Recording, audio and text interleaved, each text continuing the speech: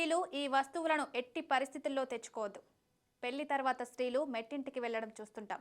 అయితే వాస్తు శాస్త్రం ప్రకారం కొన్ని వస్తువులను పుట్టింటి నుంచి తెచ్చుకోకూడదట. అలా తెచ్చుకుంటే ఏం జరుగుతుందో తెలుసా? ప్రతి అమ్మాయి పెళ్లి తర్వాత పుట్టింటిని వదిలేసి అత్తింటికి వెళ్తుంది. పుంటింటికి వెళ్ళేటప్పుడు రకరకాల వస్తువులను అమ్మాయిలు అత్తారింటికి తీసుకువెళ్తారు.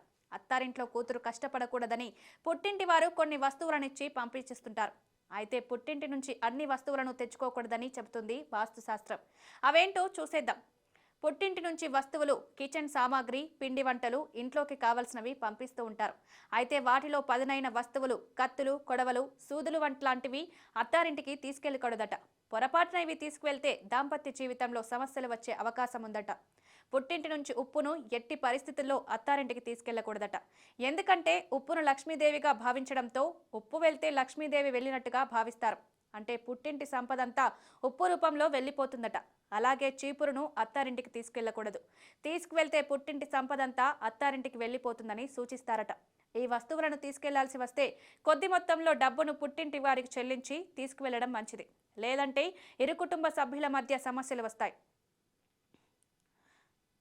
పుట్టింటి నుంచి అత్తారింటికి స్త్రీలు పూజకు సంబంధించిన వస్తు సామాగ్రిని పొరపాటున కూడా తీసుకువెళ్లకూడదు. ఇలా పూజా సామాగ్రిని అత్తవారింటికి తీసుకువెళ్లడం వల్ల ఇరు కుటుంబాల మధ్య ఉన్న మనస్పర్ధలు తలెత్తుతాయి.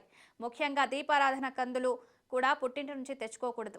తెచ్చుకుని వాడితే ఇంటికి లక్ష్మీదేవి రాదట. ఆదాయం తగ్గి ఇబ్బందులు పడడంతో పాటు పేదరికం వెంటాడుతుందని చెప్తుంటారు. తడి దుస్తులను కూడా పుట్టింటి నుంచి అస్సలు తెచ్చుకోకూడదు. ఇలా చేస్తే రెండు ఇళ్లలోనూ సమస్యలు వచ్చే అవకాశం ఎక్కువగా ఉంటుంది.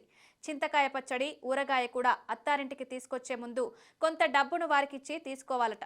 లేదంటే అమ్మాయిలకు అశుభం జరుగుతుందట. ఇలా తీసుకువెళ్లడం వల్ల సాక్షాత్తు పుట్టింట్లో ఉన్నటువంటి లక్ష్మీదేవిని అత్తారింటికి తీసుకువెళ్ళినట్లు చెబుతున్నారు. అమ్మాయిలు విన్నారు కదా, ఇవేవి పుట్టింటి నుంచి తెచ్చుకోకండి.